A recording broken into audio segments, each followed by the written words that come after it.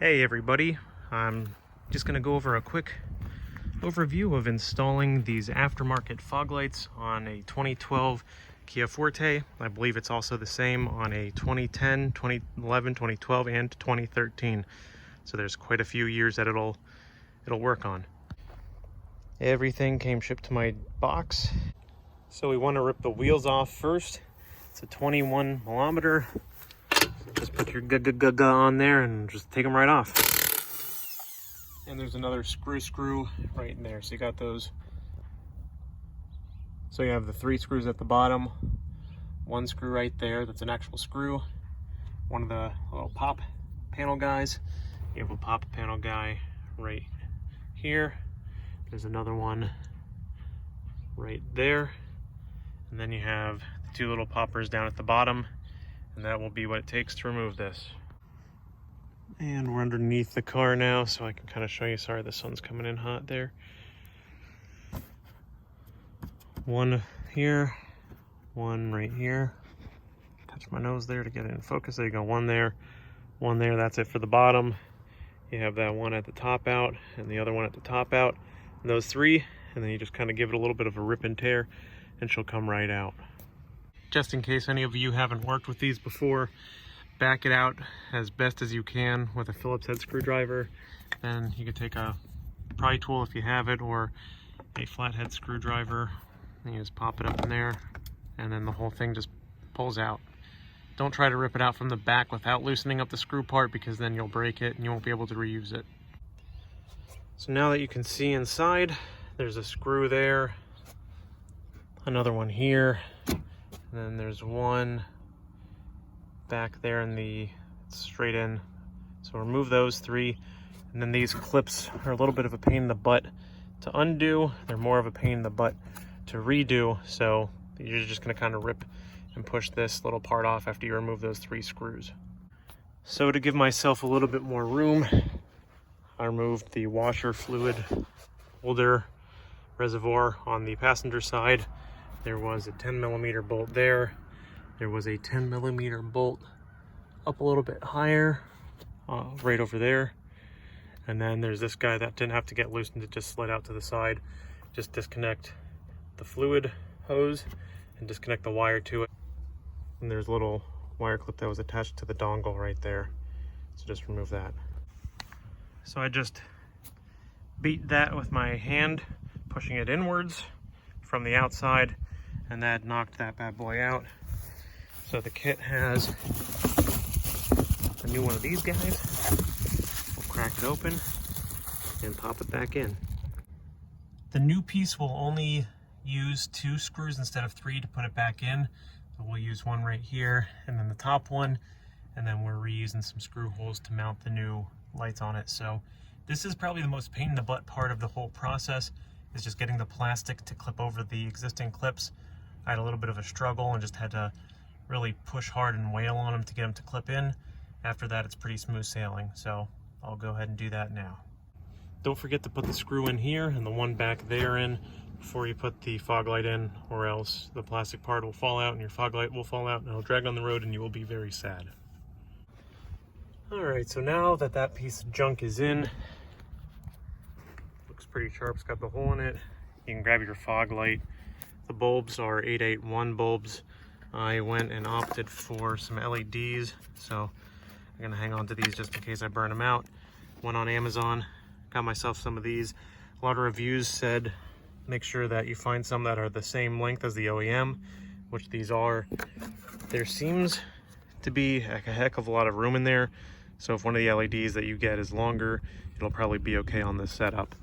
So I'll put the LED in, and then you grab your little bag of supplied screws.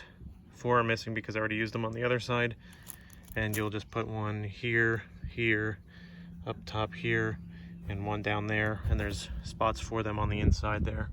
So I'll go ahead and do that next. So now I tightened up the 4 remaining screws that we had, plugged the light in there, and it's good to go.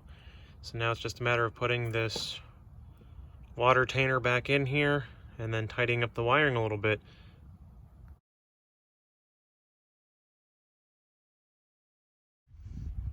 So after I had the light in, on the driver's side, I ran the wiring harness up. There's, you can see a little bit of space to get through there. And I brought it back out, at least the part that goes to the switch, right through here where the corner of the light is. And you bring it all the way up and over. Now I didn't button everything up yet, so I'm gonna zip tie and kind of clean up the wiring to this boot here. If you wanted to, you can kind of come in through the boot. All this is covered up by the wheel well cover, so I'm not super concerned about water getting in there. I'll end up pushing the wire down on the back side, and then I'll zip tie this stuff up. So everything for the switch, you can run up from the passenger or the driver's side, run it up behind this metal piece here, up top, and then through the wheel well and over to there. So the wires dump out down there, so you remove your fuse panel access, the wire will dump out. I ran mine kind of up and around the fuse box so I can get to it. You can snake your hand in around the back side and push this panel out. Once it's out, you can install the new button. It's kind of cool that it's an OEM shape and style button, so you don't have to have an old school switch or something from AutoZone. The finish isn't as perfect as the other ones, but it's a pretty good fit, and you can just shove that back into place and you're good to go with that. I removed the battery for the rest of the wiring up top here because it made life so much easier. So there's a cable that came through here with a red wire, a yellow wire, and then a ground. And I brought that right from underneath, brought that right up through, connected the ground to the ground bolt right here.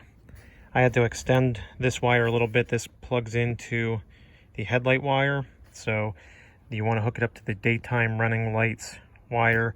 It's green with a little bit of an orange stripe. There's a solid green wire. It's not that one. So you want to hook it up to the green with the orange stripe. Connect this to the ground that the battery ground goes to. And then this is where I put the relay at. So once you have the battery out of here, it's super easy to get to. This is a 10 millimeter. This is a 10 millimeter. This is a 10 millimeter. That's a 10 millimeter, and then you got a 12 down there where I lost my socket. Coming from the relay, there's a power wire, which I hooked up over there. I need to pull through the rest of the slack, so I just kind of ran it down underneath and around the battery tray. I have to tidy that up a little bit because there's a lot of excess on there. That's the route that I took. So I crawled down underneath the car, and I'll be running this so that you have a wire that comes through to a ground, which I hooked up at the bottom of the radiator there. I have the end of the plug to go to the passenger side, and then there was this cable of wires that I ran out down here and then ran up all the way back through, and then up through the same chute that I did the rest of the wires from, right in front of the battery tray there. And that one will have one yellow wire to it that you can plug into the other side of the yellow wire that came out of the switch side. So I'm not done buttoning up all these wires here, but I ran them through the tray, and I'll end up zip tying them to some of the wires and cables and stuff up here to make it nice and out of the way. So that's the driver's side light. I ended up zip tying the extra wire up top there to the metal brace so it doesn't go anywhere. And now I'm ready to put the wheel well back in. So I'm back where it goes in.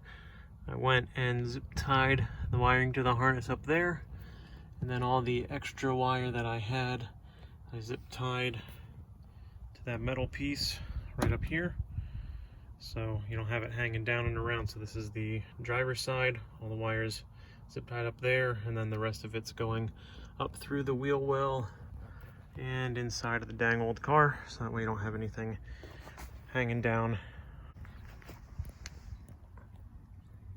So I got the wires all zip tied up in the front there. The light is on. Popped all the screws and the little rivets back in the old wheelie well. So time to slap the wheelie back on, and we'll remove the jack stands, take the jack down, and we'll see how it looks. And here's a little pro tip for you guys. Don't put those 3 screws in until you have the mud flap on.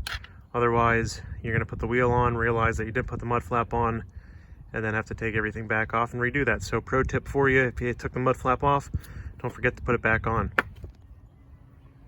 And there you have it. The fog lights are installed.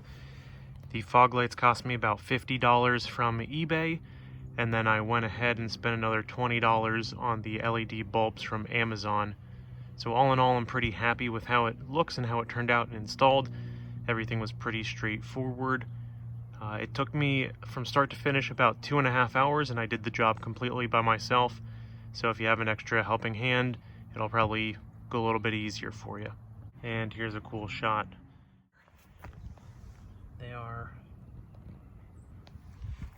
They're pretty dang bright. So we'll see how they look tonight.